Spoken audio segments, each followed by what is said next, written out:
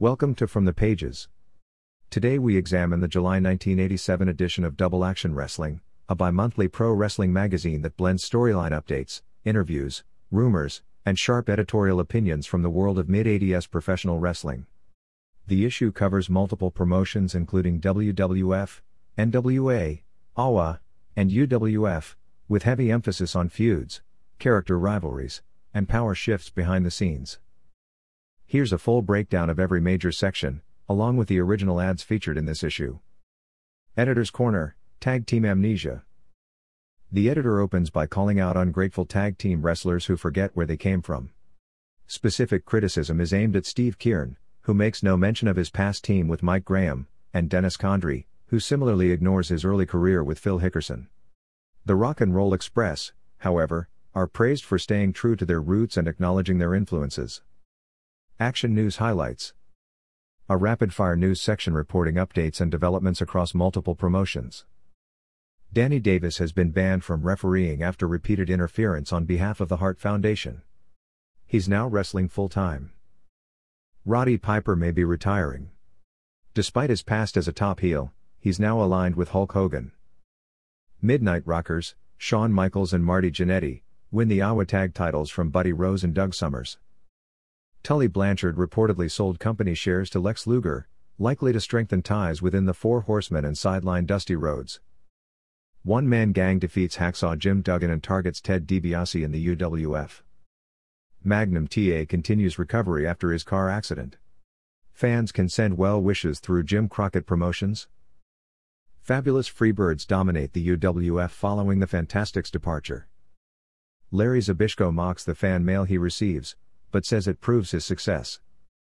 Kurt Hennig is hunting down AWA World Champion Nick Bockwinkel. Greg Gahn is targeting Mr. Saito. Sergeant Slaughter captures the ASWA Heavyweight title. Rick Steiner wants a shot at UWF TV champion Savannah Jack.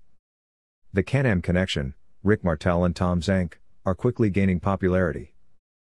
Jimmy Garvin says Precious is the only true valet.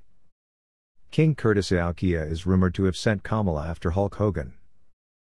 Brutus Beefcake and David Sammartino continue their feud after an altercation at a WWF taping.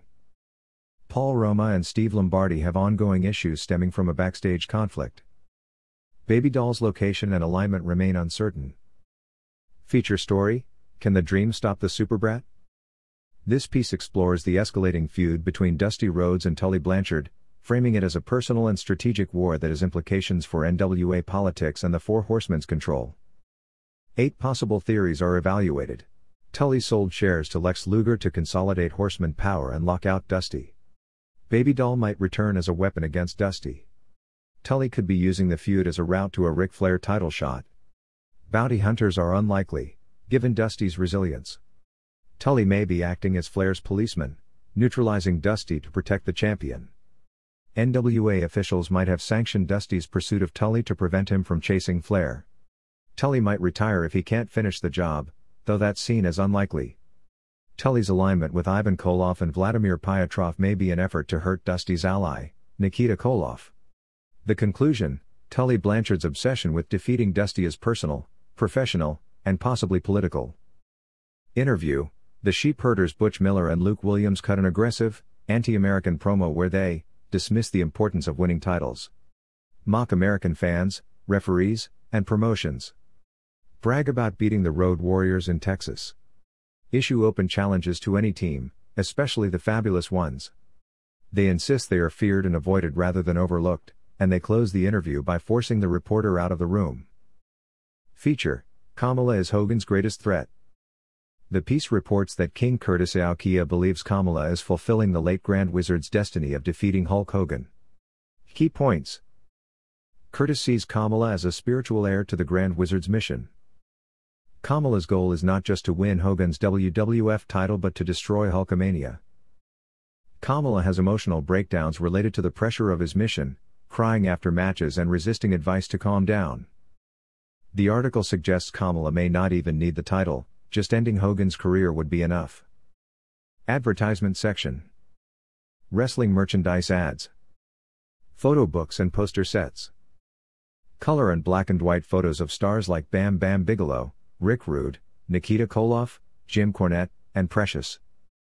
Full 8x10 color photos available for individual purchase or in bundles. Hot and wild pin-up sets featuring valets and managers, Precious, Missy Hyatt, Baby Doll, etc. Gimmick and novelty items. X-ray specs, squirting calculators, shocking pens, and vampire blood capsules. Whoopee cushions, invisible ink, electric gum, trick soap, Chinese finger cuffs, and other prank items. Books and curiosities. Illustrated Encyclopedia of Sex available by mail order. Magic books offering beginner-level instructions for coin and card tricks.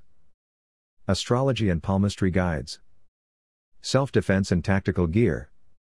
Air pistols and starter gun kits, marketed as self-defense items.